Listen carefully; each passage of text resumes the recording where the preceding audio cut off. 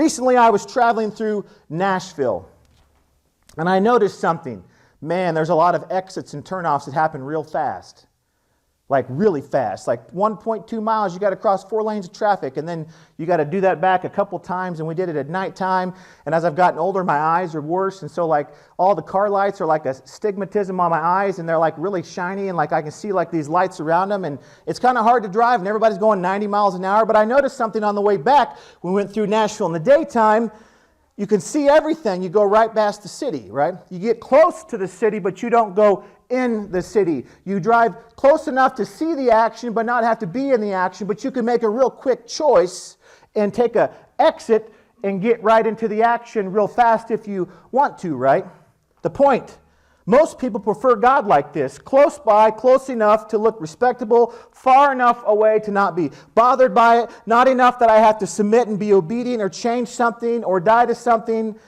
I want to live the way that I want to live versus the way that God wants me to live. And so I want to be around, I want to be close to, I want to be a part of, but I don't want to have to like be all up in it. And that describes most of what I would call American Christianity today. People, as we said last week and maybe the week before that and the week before that, people that you go around and you go, oh, they're the Christians, I want nothing to do with this.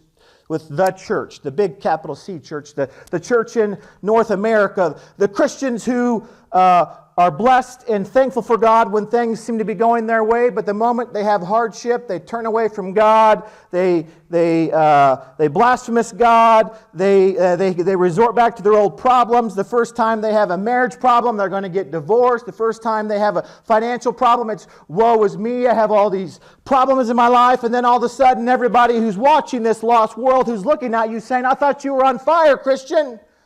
It was easy. What about when it's hard? When our daughter Shiloh was in the hospital and they told us she might die, this was 5.5 years ago, my pastor at the time called me. He said, I want you to know something. You have an audience. Everybody wants to know if what you say you believe is what you believe. He said, I'm not telling you what to do. I'm just reminding you that you have an audience. All your words, all your thoughts, everything you say, because it was big on social media. We had followers literally from all over the world. Because Shiloh has this rare condition where her esophagus wasn't attached to her stomach. They had to do all these surgeries. And my pastor just said, brother, I just want to remind you, everyone's watching. Everything you say, everything you do, it all matters. You see, people want to be close by. They want to be in it enough. They want to have the Christian title. They want to appear to be respectable. But they don't want to be close enough to have to submit or be obedient. The first commandment in Exodus chapter 20, you shall have no other gods before me. Anything that comes before God, time, talents, resources, encompassing your whole life, anything is an idol.